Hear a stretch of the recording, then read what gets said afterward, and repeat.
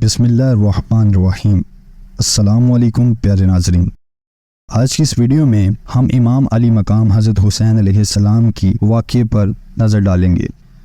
جب میدان کربلا میں امام علی مقام حضرت حسین علیہ السلام کو شہید کر دیا گیا تو یزید نے اپنے ظالم گورنر عبید اللہ ابن زیاد کو حکم دیا کہ حسین کے سر کو کاٹ کر اسے شام بھجوایا جائے، نعوذ باللہ، تاکہ یزید لوگوں کے سامنے اس مقدس سر مبارک کی بے حرمتی کر سکے جسے نبی کریم صلی اللہ علیہ وآلہ وسلم چوما کرتے تھے، اور اس طرح لوگ جان جائیں کہ اس جنگ میں یزید کی فتح ہوئی اور اہل بیت رسول اللہ صلی اللہ علیہ وآلہ وسلم کی شان کو کم کر دیا گیا۔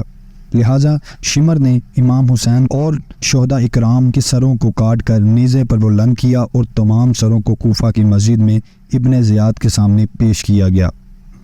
اس مبارک سر کو دیکھ کر عبید اللہ ابن زیاد نے امام علیہ السلام کے شان کے خلاف کچھ باتیں کہیں اور آپ کے سر پر نعوذ باللہ چھڑیاں مارنے لگا۔ اس دل خراش منظر کو دیکھ کر ایک حسابی رسول حضرت انس نے فرمایا کہ افسوس، جس جگہ تو چڑیاں پھیر رہا ہے یہ وہ جگہ ہے جہاں اللہ کے رسول بوسہ لیا کرتے تھے۔ عبید اللہ ابن زیاد نے حکم دیا کہ امام حسین کے سر کو یزید کے پاس شام بھیجا جائے تاکہ اس سر کو دیکھ کر لوگ عبرت حاصل کریں۔ لہٰذا روایتوں میں آتا ہے کہ جب شامی لشکر امام حسین کے سر مبارک کو کوفہ سے شام لے جا رہے تھے تو سپاہیوں نے اس سر کو ایک صندوق میں رکھ دیا۔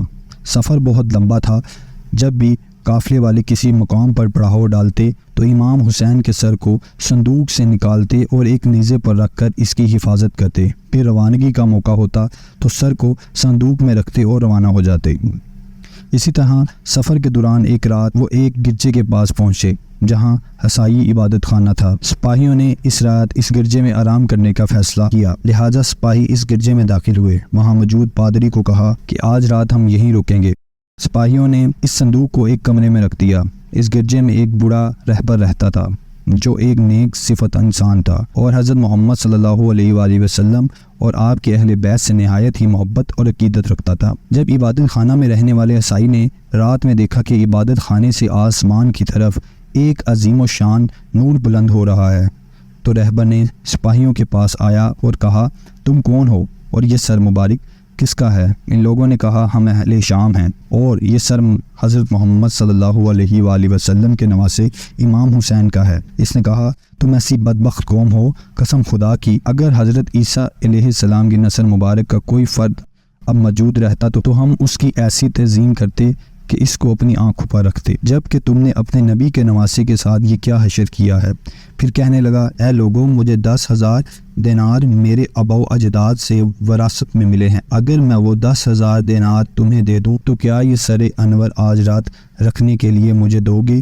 یزیدوں نے کہا، کیوں نہیں۔ بس عیسائی رہبر نے دینار کی تھیلی ان کے آگے پھینک دی۔ ان لوگوں نے دینار گن کر تھیلی میں رکھ دیے اور اس پر مہر لگا کر صندوق میں محفوظ کر لیا۔ پھر رہبر نے نہایت ہی تعظیم کے ساتھ سر مبارک لے کر اس کو غسل دیا اور اپنی گود میں رکھ کر رات بھر روتا رہا۔ جب صبح کا وقت قریب ہوا تو کہا، اے سر انور، میں اپنے ہی پر قابو رکھتا ہوں اور گواہی دیتا ہوں اللہ کے سوا کوئی معبود نہیں اور آپ کے نانا محمد صلی اللہ علیہ وآلہ وسلم کے سچے رسول ہیں۔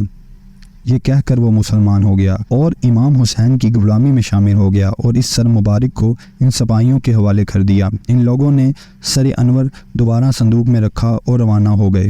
روایتوں میں آتا ہے کہ یزید کے دربار سے شامی لشکر نے امام حسین کے سر مبارک کو دوبارہ کربلا لے گئے اور بدن مبارک کے ساتھ وہیں دفن کر دیا، جبکہ بعض مورخین نے لکھا ہے کہ سر مبارک کی بے حرمتی کے بعد یزید نے اس سر کو اپنے خزانے میں جمع کروا دیا تھا۔ جب عباسیوں کی حکومت آئی اور خلیفہ منصور نے شام فتح کیا تو شہر میں داخل ہونے کے بعد وہ سب سے پہلے یزید کے محل میں داخل ہوا اور خزانے والے کمرے میں گیا۔ وہاں اسے ایک ٹوکری ملی، لہٰذا سپاہیوں کو حکم دیا کہ اس ٹوکری کو کھولا جائے۔ جب اس ٹوکری کو کھولا گیا تو اس ٹوکری میں حسین ابن علی کا سر مبارک رکھا ہوا تھا جس سے بہت زیادہ خوشبو آ رہی تھی، لہٰذا منصور کے حکم سے اس سر مبارک کو دمشق میں دفن کروا دیا گیا۔ امام علیہ السلام کے سر مبارک سے منسوب ایسے بے شمار واقعات اور کرامات کا ذکر کتابوں میں ملتا ہے جو آپ علیہ السلام کی عظمت اور شان کی گواہی دیتا ہے۔ امید کرتے ہیں آپ کو یہ ویڈیو پسند آئی ہوگی۔ ہمارے چینل کو سبسکرائب کر لیں، ویڈیو کو لائک اور شیئر کرنا مت بھولیے گا۔ جزاک اللہ۔